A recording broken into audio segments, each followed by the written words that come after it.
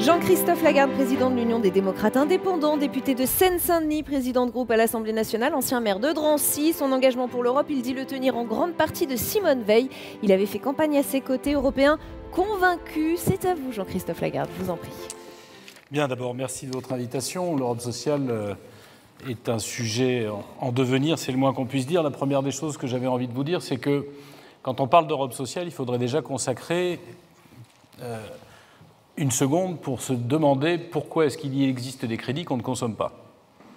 Je veux le dire parce que je trouve qu'un des plus grands scandales, c'est qu'aujourd'hui l'Europe donne par exemple à un pays comme la France 27 milliards d'euros à disposition, qu'on en consomme 8 et qu'on en laisse 19. Et que dedans, il y a des crédits qui peuvent servir aussi bien à l'aménagement du territoire, à l'activité économique, mais aussi au social. Et que cet argent, on l'a laissé filer, non pas à cause de l'Europe, comme on entend tous les eurodestructeurs le dire, mais d'abord et avant tout à cause de la France, parce qu'elle n'a pas été capable de s'organiser pour faire en sorte que dans des centres sociaux, dans des lieux qui favoriseraient la prévention médicale, dans l'accompagnement des personnes qui sont les plus fragiles ou les plus éloignées de la santé, voilà, on n'a pas utilisé cet argent, il était pourtant à disposition. L'Europe le mettait à disposition, la France l'a oublié. La deuxième chose en matière d'Europe sociale, c'est qu'il faudrait déjà que l'Europe cesse et quitte ce culte, cette dérive ultralibérale qui conduit à des concurrences déloyales entre nous. Si l'Europe a une vertu, ou en tout cas si elle devrait en avoir une, c'est de nous protéger du reste du monde et de faire en sorte que les intérêts des autres ne s'imposent pas à nous, que la concurrence sauvage, que la mondialisation, souvent trop dérégulée, ne s'impose pas à nous, parce que le poids que nous représentons, à 450 millions, j'ai soustrait les Britanniques peut-être un peu trop tôt, mais en tout cas je les ai soustraits, à 450 millions, nous avons la possibilité de défendre notre vision des choses. Et il se trouve que nous ne le faisons pas et qu'on laisse à l'intérieur même de l'Europe de la concurrence déloyale. Je pense notamment aux travailleurs détachés que j'appelle l'arme de destruction massive de l'idée européenne parce qu'on met deux salariés, deux citoyens en concurrence déloyale l'un vis-à-vis de l'autre, l'un nuisant à l'autre, alors qu'on pourrait très bien faire en sorte qu'on les remette sur pied d'égalité.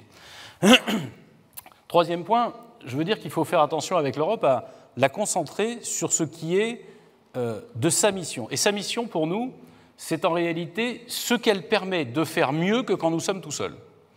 Et je regardais l'étude qui a été faite par la Mutualité française, il y a des domaines auxquels il ne faut pas toucher, et il y a des domaines sur lesquels il faudrait enfin libérer l'Europe. Domaines auxquels il ne faut pas toucher, je ne pense pas que le domaine de la santé soit un domaine prioritaire pour l'Europe. Pourquoi ? Parce qu'en réalité, souvent, les États font mieux, plus facilement que nous. Et d'ailleurs, parfois, leur propre population, voire les États, considèrent qu'ils sont plus légitimes. En revanche, il y a des points sur lesquels on doit progresser. L'harmonisation des diplômes de toutes les professions médicales, qui a énormément traîné et qui pose aujourd'hui des difficultés. La création de ce que j'appelle un Airbus du médicament, pour ne pas dépendre à ce point des puissances étrangères ou de l'approvisionnement étranger pour pouvoir nous soigner.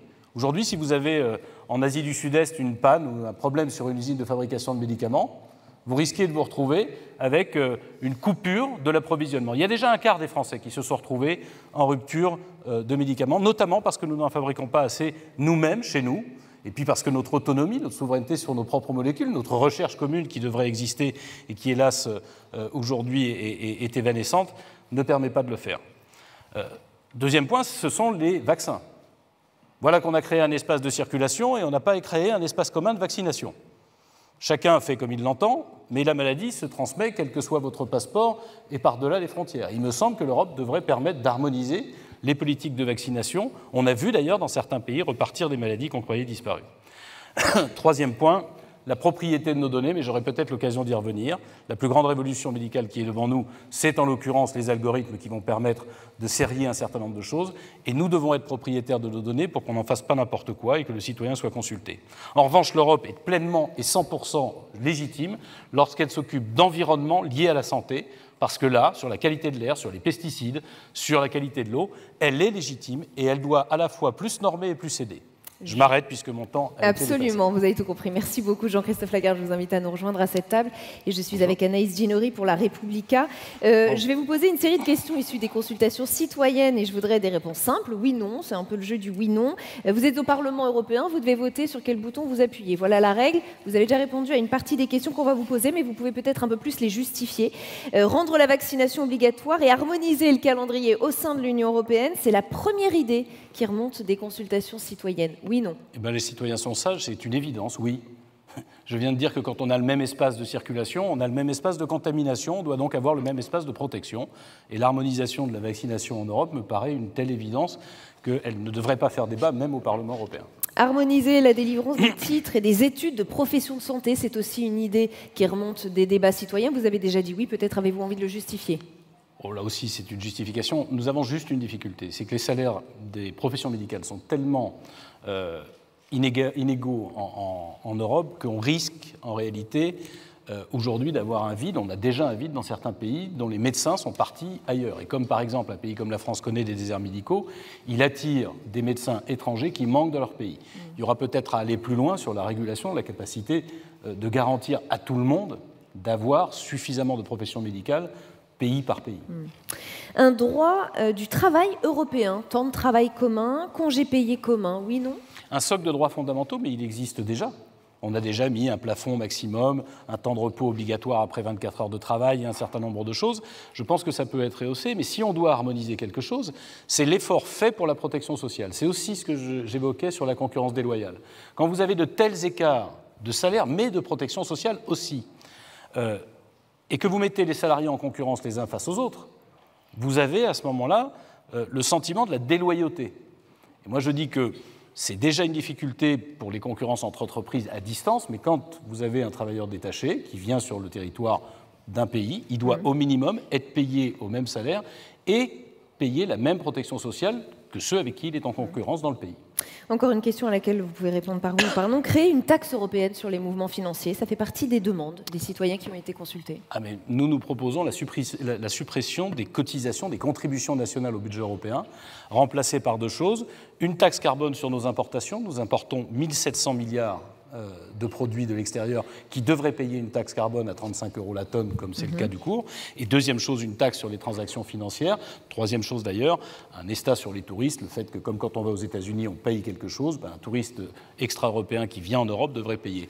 Avec ça, on récupère 115 milliards d'euros chaque année pour financer l'Europe, et on rend aux Français 91 milliards sur 7 ans. 52% des Européens et même 68% des Français ne souhaitent pas que l'Union européenne intervienne dans leur système de santé national. J'allais vous dire comment l'Européen convaincu voit ces chiffres, mais je crois que vous êtes d'accord avec eux.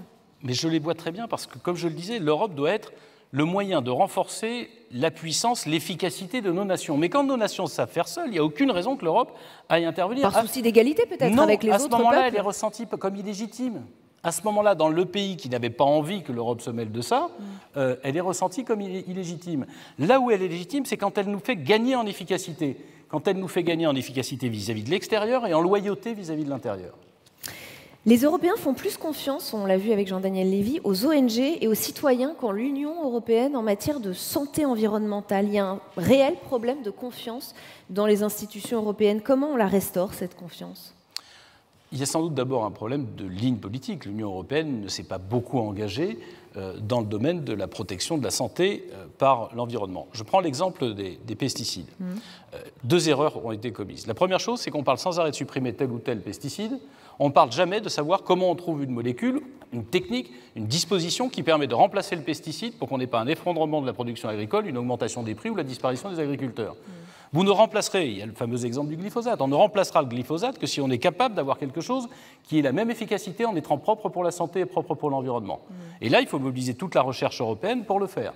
Ça, c'est la première erreur qu'on fait en la matière. La deuxième chose, c'est que nous acceptons d'interdire, par exemple dans l'agriculture, 300 molécules qui ne peuvent pas être utilisées en Europe. Et nous acceptons d'importer des produits qui ont utilisé ces molécules pour être produits. Donc il y a un problème de cohérence. Mais d'abord d'équité dans la production, de santé, puisque finalement on ne voulait pas de ça parce que ce n'était pas bon, ou pour l'environnement ou pour la santé, mais on finit par l'accepter venant d'ailleurs.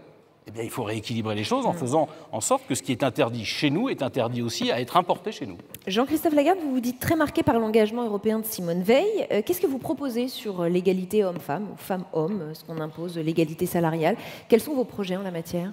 Je ne crois pas que l'Europe puisse fixer des obligations, je pense qu'elle doit fixer des normes. Ce n'est pas tout à fait la même chose. Le rattrapage égalité salariale que vous évoquez, et pas que, égalité aussi dans la vie de famille. Moi, je viens d'un territoire populaire où vous avez environ 30% de femmes seules qui élèvent leurs enfants. Est-ce qu'on s'adapte à ces femmes? Ou est-ce qu'on passe à côté et on dit c'est pas notre sujet? Et vous voyez bien que là, ce sont des sujets où l'Europe peut fixer, comment dirais-je, des objectifs, des socles, et puis des relever seuils minimums et des seuils maximums. Des seuils minimums, pas de seuil maximum mais dans le cas d'espèces, mais des seuils minimums, les relever progressivement et sans doute favoriser le fait que se rapprochent les choses. On a une difficulté quand même, il ne faut pas se voiler la face. Dans nos pays européens, on partage une même culture, on ne partage que rarement la même vision de la place de la femme dans la société. Et il y a des pays beaucoup plus avancés, y compris que la France, et il y a des pays qui sont plus loin. Ce socle qu'on pourrait relever petit à petit permet à tout le monde de progresser. Anaïs Ginori pour La Repubblica. Oui, j'ai vu que vous vous êtes exprimé pour la légalisation du cannabis en pointant des éventuels risques pour la santé publique, mais des gains en sécurité publique. Est-ce que vous confirmez cette position? Alors ça date un peu, et je vais vous dire, j'ai découvert qu'on y gagnerait en sécurité publique, parce qu'il y a tout un tas de délinquances qui drainent derrière ça, mais on y gagnerait aussi en santé publique, en tout cas pour la France.